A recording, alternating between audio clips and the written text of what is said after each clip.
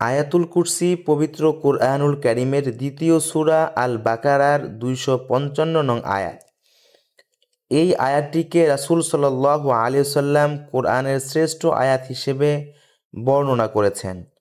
একদা সাহাবীগণ রাসূল সাল্লাল্লাহু আলাইহি ওয়াসাল্লামকে জিজ্ঞাসা করেছিলেন, হে আল্লাহর রাসূল, আপনার প্রতি সবচেয়ে মর্যাদা সম্পূর্ণ কোন আয়াতটি নাজিল হয়েছে? উত্তরে প্রিয় রাসূল সাল্লাল্লাহু আলাইহি ওয়াসাল্লাম বললেন, আয়াতুল কুরসি। আয়াতুল কুরসি জান্নাতে যাওয়ার একমাত্র সহজ উপায়।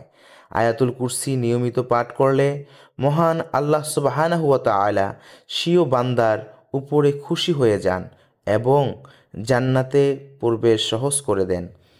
নাসাই শরীফে উল্লেখ রয়েছে, আবু উমামাহ রাদিয়াল্লাহু তাআলা থেকে বর্ণিত, রাসূল সাল্লাল্লাহু আলাইহি ওয়াসাল্লাম বলেছেন, যে ব্যক্তি প্রত্যেক ফরজ নামাজের পর আয়াতুল কুরসি পাঠ করবে তার জন্য জান্নাতে প্রবেশের পথে মৃত্যু ব্যতীত আর কোনো বাধা থাকবে না।